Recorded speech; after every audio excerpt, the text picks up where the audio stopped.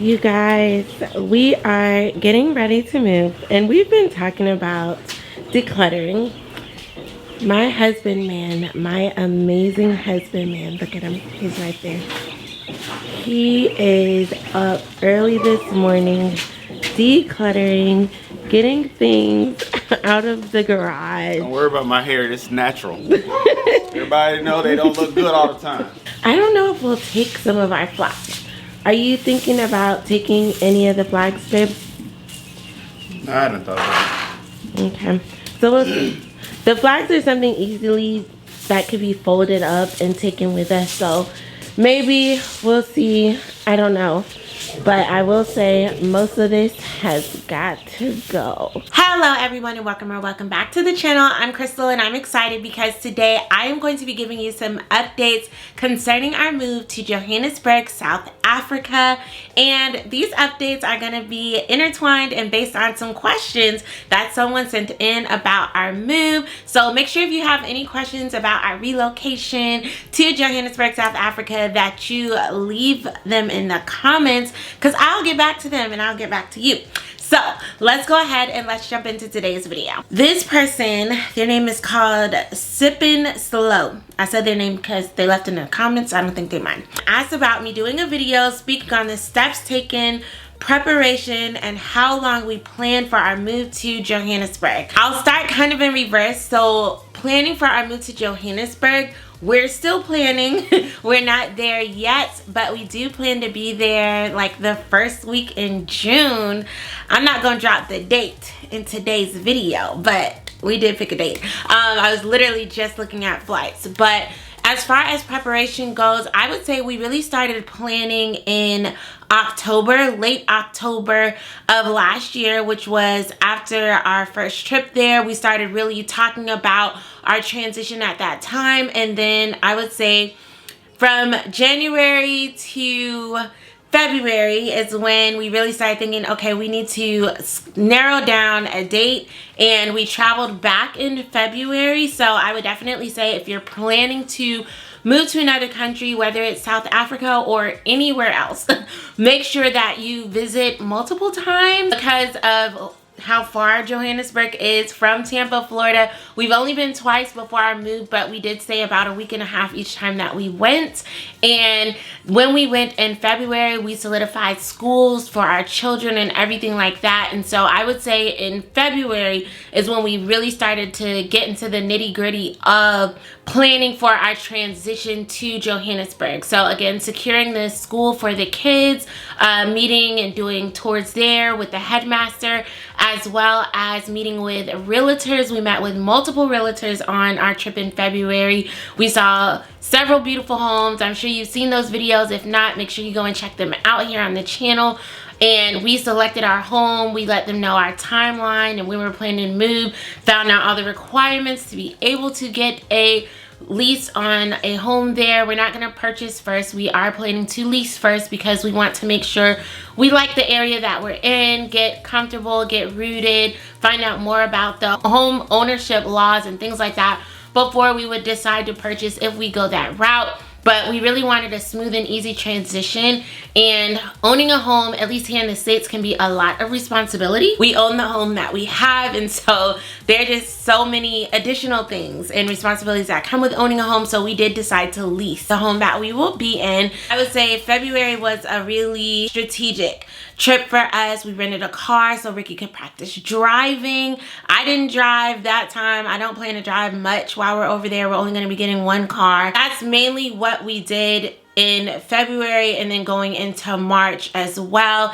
And I would say now that we're in April, we are in like the thick of it. We literally just secured our immigration attorney this past week, and the reason that we decided to go with an immigration attorney is because people that we've talked to that have done the process have sometimes had to fly back and forth from Johannesburg to the States because maybe paperwork was mixed up or passport, visa issues and things like that. And going with an immigration attorney is just really going to help us make sure that our paperwork is completed correctly the first time, so that we're not spending additional money on flights back and forth and things like that. I will say a tricky part of the planning is, you know, normally you want to try to get flights like far in advance, but not knowing the exact date that our visa will get approved, or not knowing the exact date that we'll be able to book our appointment at the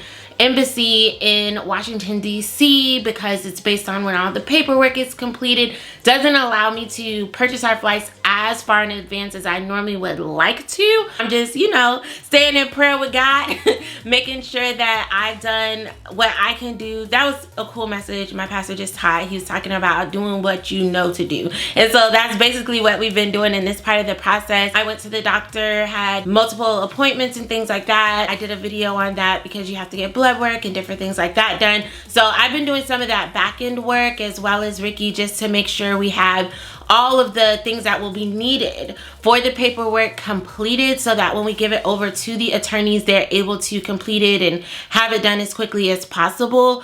When it comes to the visa, the reason that we are making sure that we get an actual temporary visa and not just going on a tourist visa that we could extend is that extension is not guaranteed. And it's crazy because we know people that are there or were there that were on tourist visas, and the nation of South Africa actually put out a statement and they have been backlogged on their visas. And so they were like, listen, if you're here on a 90-day tourist visa and you have not heard from us by, I want to say it was like March the 1st or something like that, concerning whether or not your visa, your tourist visa will be extended, then you have to leave by March 30th. And some people have whole like apartments, houses, all that type of stuff that they are renting, and they were just continuing to do these extensions on their visa, but now they're gonna have to leave and have to just try to get another visa when they re-enter the country. And yeah, it really could go either way. Maybe they'll leave out for like a week or a couple days or whatever, come back and they'll just stamp them in for another 90 days and they'll be fine. Or they could be like, no, we saw that you were just here for, you know, 2 or 3 90-day visa runs. You need to get a long-term visa if you want to stay here. So that's always a possibility, which is why it's important as well to make sure that you get the appropriate visa for what you're trying to do. I'm the type of person, I just want to do it right. And especially Ricky and I have kids. I don't have time to be having to leave the country every 90 days because we don't have appropriate visas, taking them out of school and all that type of stuff, like missing classes. Like, no, I don't have time for that. Plus, that can get expensive flying out of the country all the time. Yeah, maybe it's only a couple $100s, but that couple $100 every 90 days is going to start to add up. And, you know, I don't know. I don't want to not be able to live freely with the thought of I might have to leave at any moment. Because again, when you're on a tourist visa, it's for that. It's for tourism, not for living. So that's one thing that we're in the process of right now, securing our actual temporary visa, which would allow us to stay up from 1 to 3 years. Steps taken. So one of the things that we're doing now, like I said, we own our home, so we are actually preparing our home to sell it.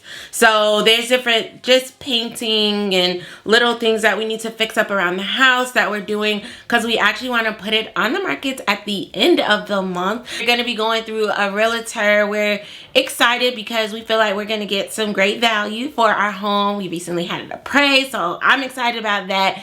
We know this is going to help. We believe God has positioned us to be able to have this home and be able to sell it, to be in a position to kickstart some of the things that we're going to be doing and pay for some of the things. I was adding up some of the costs and things like that for us to move, and it's coming in at around $20,000 after attorney fees and flights and just furniture and all that type of stuff. Oh my gosh, that was another thing that I researched. Shipping furniture versus buying furniture.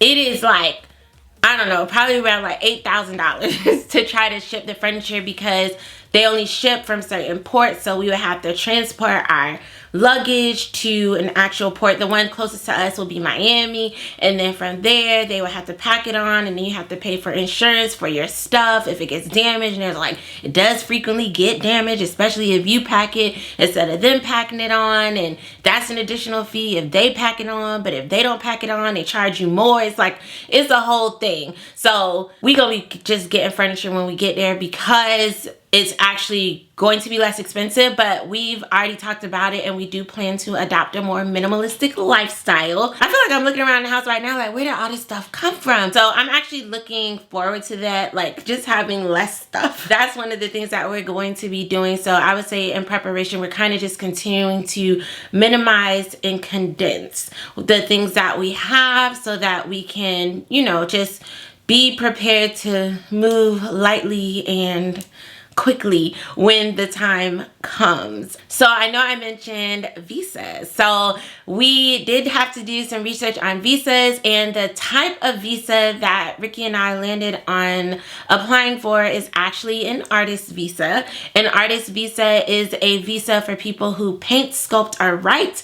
And some of you may not know, but I am a writer. And so I have 2 published books and they're available on Amazon. We actually also have a book publishing company. I help people to write and publish their books and allow them to keep their royalties and all of those types of things. I feel like you wrote it, you should get your money. I don't need a cut of that. So that's fun and exciting. But yeah, so we are going to be applying for an artist visa. So I'm excited about that. It is not one of the more traditional types of visas that people apply for, which is another reason we decided to just go ahead and go with the attorney to assist us with this process. But I'm really excited. Please keep us in your prayers, you guys. Just that all will be what it needs to be and when it needs to be and how it needs to be. We know we've heard from God concerning our move, and everything has just continued to fall into place up until now, and so we believe it will continue to do so. I feel like I answered the questions that were asked, the preparation, the steps taken. If I was to try to condense the steps taken, I would say step 1, go to the country that you plan to move to, visit, look around, talk to people that are locals from there, not just, you know, maybe if you go with a group of people, don't only talk to those people, like talk to people that are from there, so that you can get to know kind of the feel for the people that you'll be living around.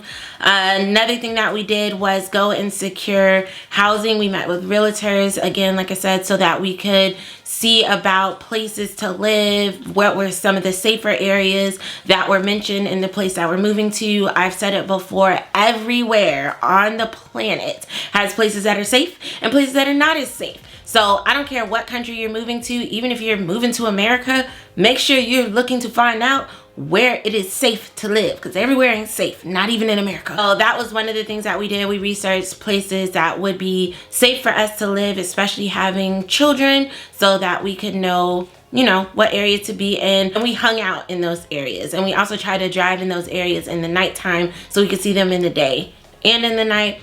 Another thing that we did was, because we have kids, got them registered and situated for school, did all those application fees and things like that. We had to go to doctor's appointments. Like I said, there are multiple just blood works, x-rays, things like that that you need to do when you are moving to other countries often. And so we got those appointments, you know, scheduled and taken care of. There weren't any specific like shots or vaccines that we needed outside of the routine ones that the kids would get or we would get in general here in the States growing up. So we didn't really have to do any shots or anything with that. And I upgraded all of our passports. So mine had just literally been renewed like last year. So right before my birthday, because I needed to update my last name. Even though I'm going on 9 years of marriage, I still had my maiden name on my passport. So I went ahead, made sure I got that changed over and everything like that. But we renewed my daughter's passport, got my son a new passport, my husband renewed his passport. And that's just because we wanted a fresh set of 10 or 5 years for the kids respectively on our passports. So I would say update your passport, make sure you have a new fresh book on your hands so that you're not having to go back and forth or travel just for the purpose of renewing because you only have a year or 2 left, or maybe you can't get a visa for as long as you want because you only have like a year left on your passport. So that was something else that we did. I think that's pretty much it. Like I said, then we got in touch with the attorneys and now we are in the paperwork phase, which that's the fun part. So yeah, that's kind of where we are on our journey now. I will be continuing to keep you guys updated. If you have not, make sure you hit that subscribe button so that you can follow our journey to Johannesburg. The Joneses are so excited to be moving. The kids are super excited. My husband and I are super excited. We know this is an amazing journey that God is taking us on, and all of this is only the beginning leading up to something amazing that's about to start. So make sure you hit that subscribe button so you don't miss a thing. And until next time, peace.